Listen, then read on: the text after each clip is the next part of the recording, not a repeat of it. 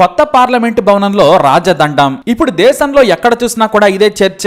ప్రధాని నరేంద్ర మోడీ చేతుల మీదుగా కొత్త పార్లమెంటులో ఈ రాజదండాన్ని ప్రతిష్ఠించనున్నారు. అది కూడా తమిళనాడు వేద పండితులతో క్రతువు నిర్వహించి యాగం తర్వాత సంప్రదాయబద్ధంగా ప్రతిష్ఠించనున్నారు. దీనిని తమిళులు సెంగోల్ అంటారు. కొత్త భవనానికి చారిత్రక ప్రాధాన్యతను ఇచ్చేందుకు మోడీ సెంగోల్ ను ప్రతిష్ఠించేందుకు నిర్ణయం తీసుకున్నారు. దీనికి ఓ గొప్ప చరిత్ర ఉంది. సెంగోల్ అనే పదం తమిళం నుంచి వచ్చింది. అంటే సంపద, సంపన్న అని అర్థం. సెమ్మైనే అనే పదం నుంచే సెంగోల్ గా మారిపోయింది. నాడు చోళులకు ఈ సెంగోల్ రాజదండం ఎంతో పవిత్రమైంది. రాజు కంటే కూడా ఈ సెంగోల్ ఎవరి చేతిలో ఉంటే వారిపై జనం ఎక్కువగా నమ్మకం పెట్టుకునేవారు. ఒక రాజు నుంచి మరో రాజుకు అధికార మార్పిడి చేసేందుకు ఈ సెంగోల్ ను వేద మంత్రాల మధ్య ఇచ్చేవారు. ఈ సెంగోల్ తీసుకున్న రాజుకు న్యాయమైన పాలన, ధర్మమైన నిర్ణయాలు, నిష్పాక్షికంగా పేద ధనిక తేడా లేకుండా ధర్మబద్ధ పాలన చేస్తారనే దానికి సంకేతం. ఇక ఈ రాజదండం తీసుకున్న తర్వాత కూడా తప్పులు చేస్తే పాపి కింద లెక్క కడతారు. అంతటి పవిత్రతతో 8వ శతాబ్దంలో చోళుల పాలనలో గొప్ప కీర్తి తెచ్చుకుంది ఈ సెంగోల్. ఇది పూర్తిగా బంగారు వర్ణంతో ఉంటుంది.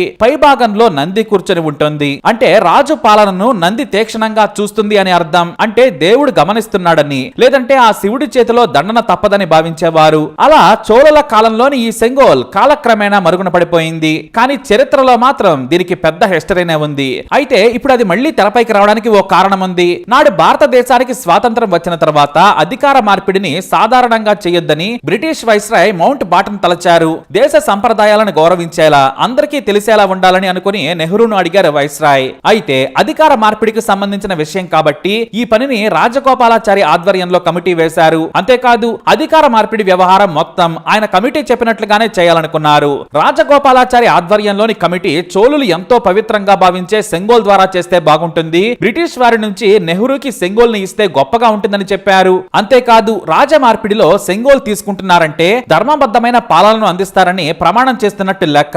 అందుకే దేశ భవిష్యత్తు గొప్పగా ఉండాలని ఈ రాజదండమే మంచిదని ఎన్నో అధ్యయనాల తర్వాత నిర్ణయం తీసుకున్నారు. ఈ సెంగోల్ ఎలా ఉంటుందో చరిత్ర పుస్తకాల్లో ఉంది. కానీ దానిని ఎవరు చేస్తారనే దానిపై కూడా పరిశోధన చేయడంతో తమిళనాడులోని తిరువడత్తురై ఆధీనం సరైన వారనుకున్నారు. వెంటనే మద్రాసు వెళ్లిన రాజగోపాలాచారి కమిటీ సభ్యులు రాజదండం తయారు చేయించేందుకు సహకరించాలని కోరారు. ఆ మఠాధిపతులు రాజదండం తాలూకు తయారీ గురించి పరిశోధనలు చేసి చరిత్ర పుస్తకాలు తీసి స్వర్ణకారులను పిలిపించి చేయించారు. వాస్తవానికి చోళుల కాలంలో పూర్తిగా బంగారంతో తయారు చేసి ఉండేది. కానీ ఆ రోజుల్లో ఉన్న సమయం డబ్బును బట్టి మొత్తం వెండితో తయారు చేసి పైన బంగారు పూత పోయించారు. మొత్తం 162 సెంటీమీటర్ల పొడవుతో పైన నందితో తయారు చేశారు. అంతేకాదు అనునిత్యం ప్రజలను గుర్తు చేసేలా పట్టుకునే చోట నునుపు కాకుండా తాడు మాదిరిగా వంకలు తిప్పుతూ తయారు చేశారు. దానిని పండితుల మధ్య పూజలు చేసి 1947 ఆగస్టు 15న అమృత కళాశామయంలో దీనిని నెహ్రూ నాటి బ్రిటిష్ వైస్రాయ్ నుంచి పండితుల చేతుల నుంచి అందుకున్నారు. అయితే ఆ వైస్రాయ్ చేతికి తిరువడత్తురై మఠాధిపతి 1947 ఆగస్టు 14 రాత్రిన మంచి సమయంలో ఆయనకి ఇచ్చి మరో మంచి ముహూర్తంలో ఆయన వెనక్కి తీసుకున్నారు. ఆ తర్వాత గంగాజలంతో శుద్ధి చేసి పూజలు చేసి స్వాతంత్రానికి ముందు మంచి సమయం చూసి అర్ధరాత్రి దాటక ముందే అంటే 15 నిమిషాల్లో 15 వస్తుందనగా నెహ్రూకి ఇచ్చారు. ఈ ప్రక్రియ జరుగుతున్నంత సేపు పండితులు ప్రత్యేకమైన పూజలు చేస్తూ పాటలు పాడుతూ అద్భుతంగా క్రతువును హిందూ సంప్రదాయబద్ధంగా నిర్వహించారు. ఈ అధికార మార్పిడితో పాటు సెంగోల్ గురించి కూడా నాటి జాతీయ, అంతర్జాతీయ మీడియా గొప్పగా రాసింది. ఇక అక్కడ నుంచి దేశానికి స్వాతంత్రం వచ్చిన హడావిడిలో ఈ సెంగోల్ గురించి అంతా మరిచిపోయారు. అది ఎవరి దగ్గర ఉందో కూడా నాడు నిర్ణయించలేకపోయారు. మళ్ళీ 31 ఏళ్ల తర్వాత కంచి మఠాధిపతి 1978 ఆగస్టు 15న ఈ సెంగోల్ గురించి తన అనుచరుడు డాక్టర్ సుబ్రహ్మణ్యకు చెప్పారు. ఆయన తన పుస్తకంలో ఈ కత్రువు గురించి ఆరా తీశారు. అయితే ఎలా, ఎవరి ద్వారా ఈ సెంగోల్ బయటకు వెళ్ళిందో కానీ గుజరాత్ అధికారులకు చేరింది. వారు దానిని అలహాబాద్ మ్యూజియం లో దాచిపెట్టారు. అయితే గత ఏడాది అలహాబాద్ కంటే శాశ్వతంగా ఢిల్లీ నేషనల్ మ్యూజియం లోనే ఉండడం కరెక్ట్ అని తరలించారు. ఇప్పుడు దాని గొప్పతనం గురించి అధికారులు మోడీకి చెప్పడంతో దానిని పార్లమెంటు భవనంలో ఉంచుదామని, ఇది దేశ చరిత్ర మొదలు కావడానికి చిహ్నంగా ఉంది, రాజధర్మమైన పాలనను సూచించేలా ఉంచుదామన్నారట.